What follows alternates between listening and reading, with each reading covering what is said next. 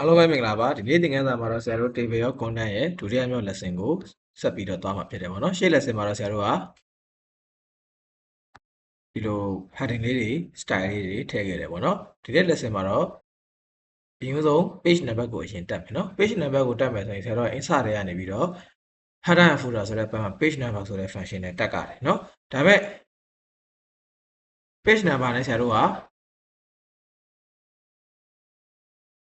top of the page ဆိုတဲ့လောက်ဆောင်ချက်လေးကိုစာမျက်နှာရဲ့အပေါ်မှာတက်ချင်တာအောက်မှာတက်ချင်တာအောက်မှာဆိုရင်တော့ bottom of the page ဆိုတာကိုရွေးပေးရမယ်เนาะဒီအလယ်မှာရှိနေတဲ့ဟာလေးကိုပဲရွေးပေးလိုက်ဆိုတော့ footer ထဲဝင်သွားမယ်ပေါ့အဲ့တော့ဒီမှာ footer ထဲမှာဆရာတို့က page number လေးတွေတွေ့ရမယ်เนาะအစကနေပြန်ပြမယ်เนาะ page number 1ကနေပြန်ပြဒီမှာ1နှစ်အဲ့လိုမျိုးအစဉ်လိုက်သွားမယ်ပေါ့เนาะ page number တက်ပြီးသွားပြီ page number တက်ပြီးသွားပြီဆိုလို့ရှိရင်ဆရာတို့က footer from bottom ဆိုတဲ့နေရာမှာသူက number လေးတစ်ခုပဲရှိတာဖြစ်တဲ့အတွက် short ပေးလိုက်เนาะ2လောက်ပဲထားပေးလိုက်1ဒီလောက်ပဲထားမယ်เนาะအဲ့တော့အားလုံးပြီးလို့ရှိရင် close header and footer ကိုနှိပ်လိုက်အောင်เนาะနှိပ်ပြီးပါလို့ရှိရင်ဟိုးပေါ်ဆုံးကိုပြန်သွားမယ်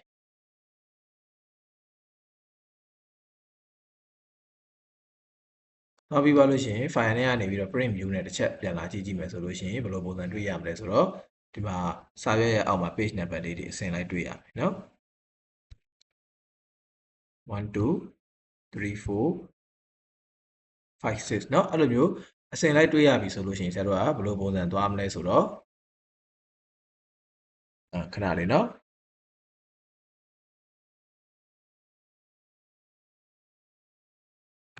အဲ့လိုမျိုးအစဉ်လိုက်တွေ့ရပြီဆိုလို့ရှိရင်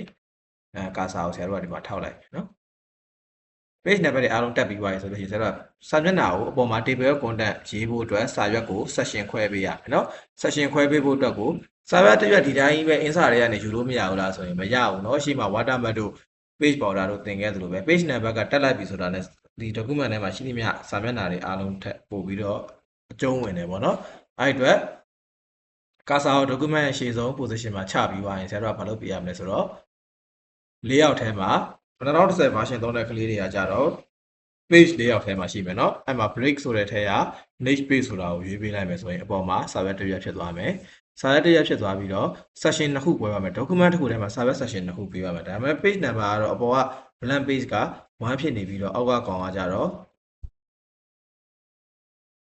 2တို့3တို့ဖြစ်သွားတယ်เนาะအမှန်တကယ်တော့ဒီ number 1ဒီမနက်အောင်မြင်တော်မူခြင်းဆိုတဲ့အပိုင်းလေးကစာမျက်နှာ number 1ဖြစ်ကြမှာအဲ့ဒီအတွက်ဆရာတို့က footer နေရာကို double click နှိပ်ပြီးတော့ဒီ2ဆိုတဲ့စလုံးလေးကို selection ပေးပြီးတော့ပေါ်လာတဲ့ header and footer ဆိုတဲ့ menu တွေက page number ဆိုလဲအောက်ကမြားလေးကိုနှိပ်ပြီးရင် format page number ဆိုတဲ့ dialog box လေးကိုဖွင့်လိုက်ပြီးရင် start up ဆိုတဲ့နေရာမှာတစ်ကနေစမယ်လို့ပြောလိုက်မယ်เนาะအဲ့ဒီအတွက်အပေါ်က close header လေးကိုတစ်ချက်ပြန်နှိပ်လိုက်အောင်เนาะအဲ့ဒီအတွက်အပေါ်ကblank ဖြစ်နေတဲ့ next section တစ်ခုကစာမျက်နှာက1ဆိုပြီးတော့ပဲဖြစ်နေမယ်ဒီအောက်ကပထမဦးဆုံး section မှာရှိတဲ့စာမျက်နှာက1ပဲပြန်ဖြစ်သွားမယ်ဆရာတို့ကသွားပြီးပြန်ပြင်လိုက်တာပေါ့အဲ့တော့ဒီ1ကမလို့တော့ဖြတ်ထုတ်ပြလိုက်မယ်ဒီလိုချိန်နေမှာဆရာတို့ကသွားဖြတ်ထုတ်လိုက်ရင် page number တွေက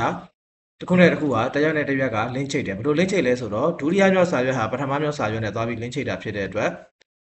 အဲ့ဒီ link ကိုဖြုတ်ပေးမှဒီစာလုံးကိုဆရာတို့ကဖြတ်လို့ရမယ်မဟုတ်လို့ရှိရင်ဒီဟာကိုဖြတ်လိုက်တာနဲ့အောက်က page number တွေပါသူ့ဘာသူအစဉ်လိုက်ရှိမရှိအကုန်လုံးပြတ်ကုန်မယ်เนาะအဲ့အတွက်ဒုတိယမြောက်စာရွက်ဖြစ်တဲ့ဒီနံပါတ်1စာရွက်ကိုတေချာလေး double click နှိပ်ပြီးသွားရင်အဲ့စာလေးကို selection ပေးပြီးသွားရင် link to previous ဆိုတာလေးကိုဆရာတို့ကဖျောက်ပေးရမယ်เนาะမဖျောက်ပေးလို့မရအောင်เนาะဖျောက်ပေးပြီးဆိုတော့မှ close header and footer ကိုနှိပ်ပြီးတော့ဒီအပေါ်မှာရှိတဲ့တစ်ကိုလာဖြတ်ပေးလိုက်ရင်အောက်ကကောင်တွေကပြောင်းလဲသွားမှာမဟုတ်တော့เนาะ delete နဲ့ဖြတ်ထုတ်ပေးလိုက်ပေါ့เนาะ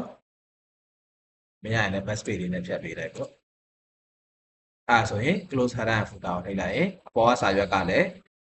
စာမျက်နှာနံပါတ်ပြတ်သွားမယ်အောက်ကကောင်တွေကကြတော့တစ်ကနေစသွားမယ်เนาะ link to previous ကိုဖျောက်ပေးရမယ်เนาะမဖျောက်ပေးလို့မရအောင်เนาะအဲ့လိုမျိုးဖြစ်ဖို့အတွက်ကိုဆရာတို့က page section ခွဲတဲ့စာရွက်ခေါ်နည်းနဲ့ခေါ်မှရမယ်เนาะရှေ့ကသင်ခန်းစာတွေမှာပါပြီးသွားတယ်ဒီတိုင်းသွားပြီးတော့ဆရာတို့က insert တွေကနေ blank page နဲ့သွားခေါ်လိုက်လို့မရဘူးเนาะ section နှစ်ခုဖြစ်သွားပြီဖြစ်တဲ့အတွက်ကြောင့်မို့လို့ရိုးရှင်းရှင်းလေးပဲစဉ်းစားမယ်ဆိုရင် section နှစ်ခုဖြစ်သွားပြီဖြစ်တဲ့အတွက်ကြောင့်မို့လို့document တစ်ခုထဲမှာစာအုပ်2မျိုးဖြစ်သွားမယ်အဲစာအုပ်2မျိုးထဲမှာဒုတိယစာအုပ်ဖြစ်တဲ့ original ရှိနေတဲ့ ဒီစာအုပ်ကဒါနားလည်အောင်ပြောတာပေါ့နော်ပေနံပါတ်1ကနေစဒီပေါ်ကဟာတွေကကျတော့တခြား section တစ်ခုတည်းကိုဝင်သွားမယ်ပေါ့ဒီပေါ်ကစာရွက်ကပေါ့နော်အဲ့အတွက်ဒီပေါ်မှာရှိတဲ့စာရွက်တွေကိုဆရာတို့က3ရွက်လောက်ယူမယ်ပထမတစ်ရွက်ကိုကျတော့ cover page လုပ်မယ်လေဒုတိယတစ်ရွက်ကိုကျတော့တခြားစာလေးတွေပါလေးတွေရေးရင်ရေးလို့ရမယ်တတိယတစ်ရွက်ကိုကျတော့တိပဲပုံနဲ့ထည့်နော်အဲ့တော့ cover page ဖြစ်တဲ့အတွက်ဆရာတို့ဒီ internet လေးချိန်ပြီးတော့ပေါ့နော်ဒီ border ဝင်နဲ့ပတ်သက်တဲ့ပုံလေးတစ်ပုံလောက်ကိုသွားပြီးတော့ copy ယူမယ်နော်စနေနေမှာတော့တစ်ခါ download ဆွဲရမယ်နော်ဆရာကတော့ဆက်အမြင့်ဖြစ်တဲ့အတွက် copy ယူပြီး paste လုပ်လိုက်လို့ရတယ် internet ကနေနော် Google Chrome ဖွင့်မယ်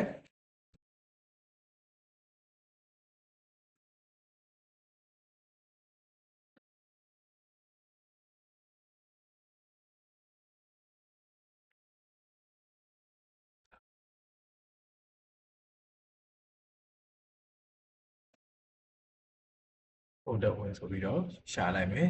image မှာနည်းနည်းကြည်တဲ့ပုံလေးတစ်ပုံဆရာတို့ copy ယူလိုက်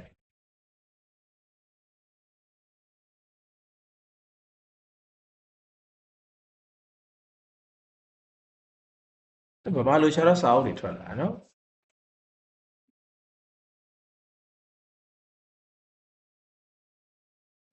ဘတ်တာတိုက်ကိုပဲဆရာတို့ကထည့်ဘတ်တာဆိုတာလေးကိုရွေးပေးတယ်နော်ဟုတ်ပြီနော်ဒီပုံလေးကိုသဘောကျတယ်ဒီပုံလေးကို right click နေပြီးတော့ copy image လုပ်လိုက်မယ်ပြီးလို့ရှိရင်ဆရာတို့က Microsoft Word ကိုလာပြီးတော့ Control V နဲ့ paste လုပ်ပေးလိုက်ပေါ်မှာရောက်ပြီပေါ့နော်အဲ့တော့ picture format တွေကိုလာပြီးတော့ wrap text ဆိုတဲ့နေရာမှာ type ကိုရွေးပေးမယ်အဲ့ဒီပုံရဲ့ site တွေပါလို့ဒီမှာဆရာတို့ကလာချိန်လို့ရခဲ့လား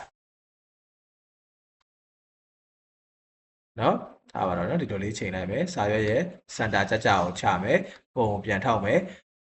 picture format ထဲမှာ position ကို center အတိအကျရွေးပေးလိုက်ရင်ငင်ဝင်နေနေကျင်းလိုက်နော်ပြီးရင်ဆရာတို့က touch tool နဲ့ touch tool insert menu တွေက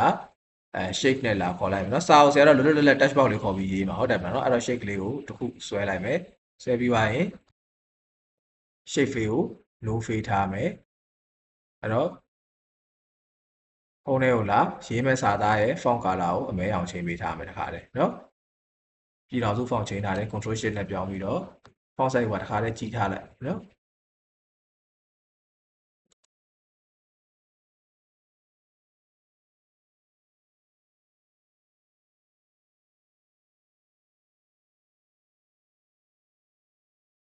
ပြီးလို့ရှိရင်ဒီက box ကလေးကိုလည်းဆရာတို့က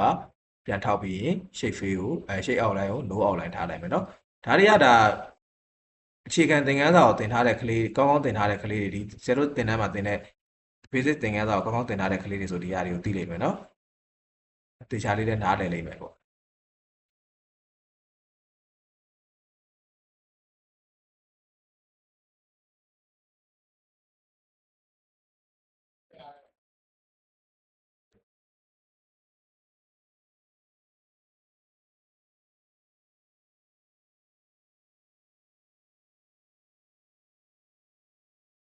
shape ကိုပြန်ထောက်မယ်စာပြန်ရေးမယ် control ရနဲ့ selection ပေးမယ် font size ကြီးမယ် color ကိုအနက်ရောင်ချိန်မယ်font size ကတော်တော်ကြီးပါပြီခုနရေးတဲ့စာရှိတ်ထဲမှာမဝင်တော့เนาะစာရှိတ်ထဲမှာစာရင်ရှိတ်ကိုရင်ထောက်ပြီးမှရေးရเนาะ